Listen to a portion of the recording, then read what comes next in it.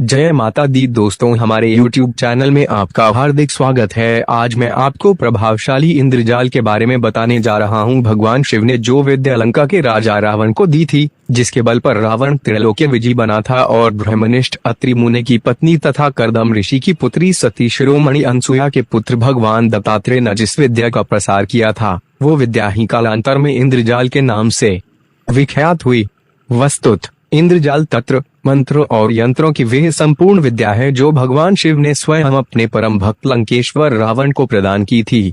इस विद्या को इंद्रजाल कहने का एकमात्र कारण यही है कि इसके प्रभाव की एक हल्की सी झलक मात्र देखकर ही देवराज इंद्र भी स्तब्ध रह गए थे। अनेक ऋषि मुनियों और तंत्र आदि मर्मज्ञों ने इंद्रजाल को खंड खंड कर दिया, अर्थात तंत्र, मंत्र और यंत्र के विभागों को अलग अलग करके अनेक ग्रंथों की रचनाकार के रूप में अपने नामों से आधारशिला रख दी। पौराणिक ग्रंथों में वर्णित है कि श्री ब्रह्मा ने मंत्रों को, विष्णु जी ने यंत्रों को और अंत में भगवान शिव ने तंत्रों को जन्म दिया। ये समस्त विषय जिस इंद्रजाल में समाहित हुए, उसका कथन सर्वप्रथम भगवान शिव ने ही रावण से किया था। इसलिए इंद्रजाल को भगवान शिव के श्रीमुख से निकली विद्या माना गया। इंद्रजाल महाग्रंथ, भगवतावतार, महायोगी, कालजयी, त्रिदेव रूप तथा परम सिद्ध श्री दत्तात्रेय द्वारा तंत्र आदि शास्त्र के परमाचार्य लोकशंकर भगवान शिव से प्रार्थना करके विशेषतः कलयुग में सिद्ध विद्या विधान के रूप में प्राप्त किया गया है। इंद्रजाल को उत्कीलन आदि विधानों की अपेक्षा रखे बिना ही सर्व दोषों से रहित, शीघ्र सिद्धि देने वाला बतलाया गया है। भगवान शिव ने अपने अंशरूप परम भक्त श्री दत्तात्रेय के निमित्त अत्यंत गुप्त होते हुए भी इसको प्रकट किया है। अनेक साधकों के मन में यह जिज्ञासा उत्पन्न हो सकती है कि इस विद्या का नाम इंद्रजाल क्यों पड़ा, ब्रह्मा, विष्णु या फिर भगवान शिव के नाम पर क्यों नहीं पड़ा, अर्थात शिवजाल आदि। उनकी इस जिज्ञासा को हम शांत करते हैं और इस रहस्य को बतलाते हैं। एक समय की बात है, देवराज इंद्र के दरबार में नित्य की भांति नृत्य एवं गायन वादन का कार्यक्रम चल रहा था और इंद्र सहित सभी प्रमुख देवता वहां उपस्थित रहकर भरपूर आनंद ले रहे थे। अकस्मात वहां एक ऐसी घटना घट गई जिसने इंद्र के साथ सभी देवताओं को हतप्रभ कर दिया, क्योंकि इससे पहले ऐसा कभी नहीं हुआ था। हुआ यूं कि इंद्र के दरबार की सबसे सुंदर नर्तकी, जो नृत्य आदि में पारंगत थी, नृत्य करते करते फर्श पर गिरी और बेसुध हो गई। गायन वादन थम गया, पूरे दरबार में निस्तब्धता व्याप्त हो गई। समस्त देवी देवता घबरा गए और इंद्र के आश्चर्य एवं क्रोध का ठिकाना न रहा। इस घटना से इंद्र ने स्वयं को बड़ा अपमानित सा अनुभव किया। उन्होंने तुरंत अपने अनुचरों को आदेश दिया कि नर्तकी को वहां से उठाकर ले जाया जाए और पता किया जाए कि यह सब क्यों हुआ। किंतु नर्तकी के साथ ऐसा क्यों हुआ, इसका कोई भी कारण ज्ञात न हो सका। देवराज इंद्र ने विवश होकर सभी देवताओं के गुरुवार बृहस्पति से इस घटना का कारण बतलाने की प्रार्थना को। तब देवगुरु बृहस्पति ने कहा है, राजन, लेका के राजा असुर सम्राट रावण ने इस नर्तकी को अपनी तांत्रिक शक्तियों से बेसुध करके तम्हार ही नहीं, अपितु समस्त देव समाज का अपमान किया है। गुरुवार बृहस्पति की इस बात ने इंद्र सहित सभी देवताओं को आश्चर्य में डाल दिया। वे सब भौंकचक्के से मुंह खोले बृहस्पति की ओर देखने लगे।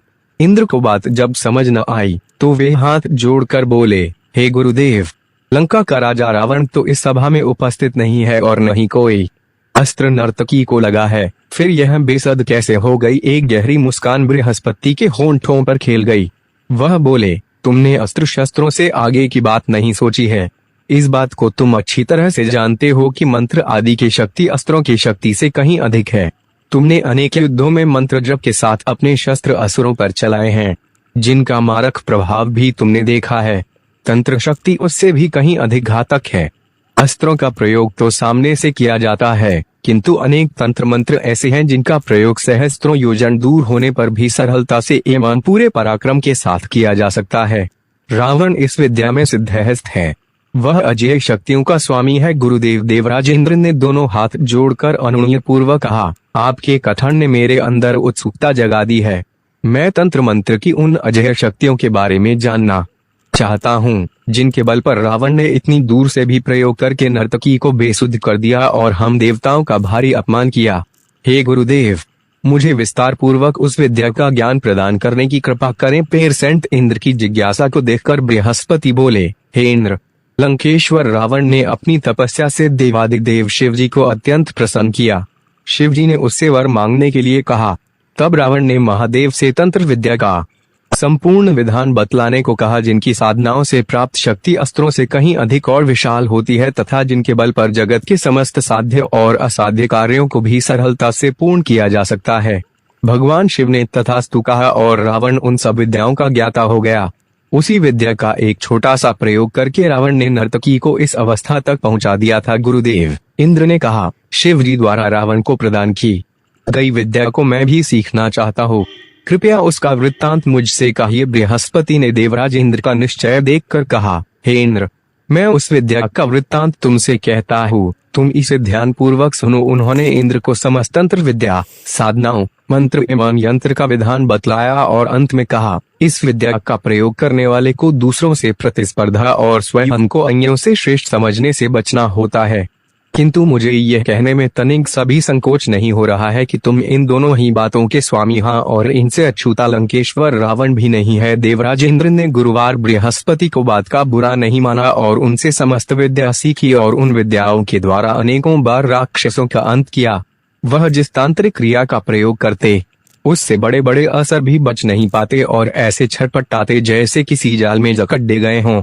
उसी समय से यह विद्या इंद्रजाल के नाम से विख्यात हो गई। साधक बंधुओं को अब यह ज्ञात हो गया होगा कि इस विद्या को इंद्रजाल क्यों कहा जाता है। जैसा कि बताया जा चुका है कि रावण की तपस्या से प्रसन्न होकर भगवान शिव ने यह विद्या उसे प्रदान का था और जिस प्रकार गुरुवार बृहस्पति इस विद्या का ज्ञान इंद्र ने प्राप्त किया था, उसी प्रकार अमर अवतार भगवान दत्तात्रेय ने कलयुगी मनुष्यों के कल्याण के निमित्त इस विद्या का ज्ञान भगवान शिव से प्राप्त कर प्रसारित किया था। किंतु उन्होंने इस विद्या की साधना के कुछ नियम निर्धारित कर दिए। आज भी उन नियम पालन के बिना साधना में सफलता पाना नितांत असंभव है। अतः प्रत्येक तंत्र मंत्र साधक के लिए नियमों का पालन करना अनिवार्य है।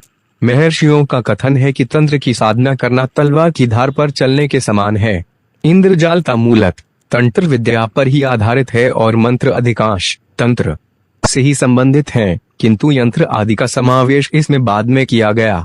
शाबर मंत्रों को भी पौराणिक दृष्टि से एवं तंत्रों से ज्ञात होता है कि भगवान शिव और भगवती पार्वती ने जिस समय अर्जुन के साथ किरातवेश में युद्ध किया था, उस समय आगम चर्चा में पार्वती जी के प्रश्नों के जो उत्तर शिव जी ने दिए थे वे ही भिल प्रदत्त मंत्र शाबर मंत्र कहलाते हैं। इसलिए इंद्रजाल में शाबर मंत्रों को भी विशिष्ट महत्ता प्राप्त है। तंत्र के संबंध में कुलार्णव तंत्र में इस प्रकार कहा गया है, कृपाण धारा गमनाद व्याघ्रकंठावलंबनात् धारणानुन्मशक्यं भुजंकुल साधनम, अर्थात कृपाण की तीक्ष्ण धार पर तो चला जा सकता है, व्याघ्र को गले लगाया जा सकता है, फणिधर नाग के फण पर वार किया जा सकता है, किंतु तंत्र की साधना इन सब से कठिन है। इसी कारण तंत्र साधना में सद्गुरु की प्रधानता स्वीकार की गई है। तंत्र को साधना अमृत का अनुसंधान करती है। सद्गुरु अपने शिष्य साधक को अनुसंधान की प्रक्रिया बतलाता है और उसका निर्देशन प्राप्त कर साधक स्वयं शिव बन जाता है। इसलिए कहा गया है कि देवता बनकर देवता की साधना करनी चाहिए। इंद्रजाल तंत्र विद्या के साधक को पहले अंतर्बाह्य शुद्धि करके दिव्य भाव, दिव्य गुण संपन्न बनना पड़ता है। यह सर्वसाधारण के लिए संभव नहीं होता। यौन जीवन के प्रत्येक क्षेत्र में तांत्रिक साधना की अभिव्याप्ति है। यह केवल व्यक्तिगत लाभ के लिए नहीं, बल्कि समाज, राष्ट्र और समस्त संसार के लिए लक्ष्य रखती है। वस्तुतः तांत्रिक साधना के अंतर्गत रासायनिक क्रियाओं द्वारा धातुओं को बदल देने, नवीन कल्पित रत्नों का निर्माण करने, यंत्र रचना और अनवृद्धि कारक, पुरुषार्थ वृद्धि तथा आयु वृद्धि के अनेक प्रयोग हैं। इनके अतिरिक्त शत्रु राष्ट्र पर विजय प्राप्त करने तथा अतिवृष्टि, अनावृष्टि, उत्पात, महामारी, मेहर घता आदि के निवारण के लिए भी तांत्रिक साधनाएं अमोघ सिद्ध हुई है।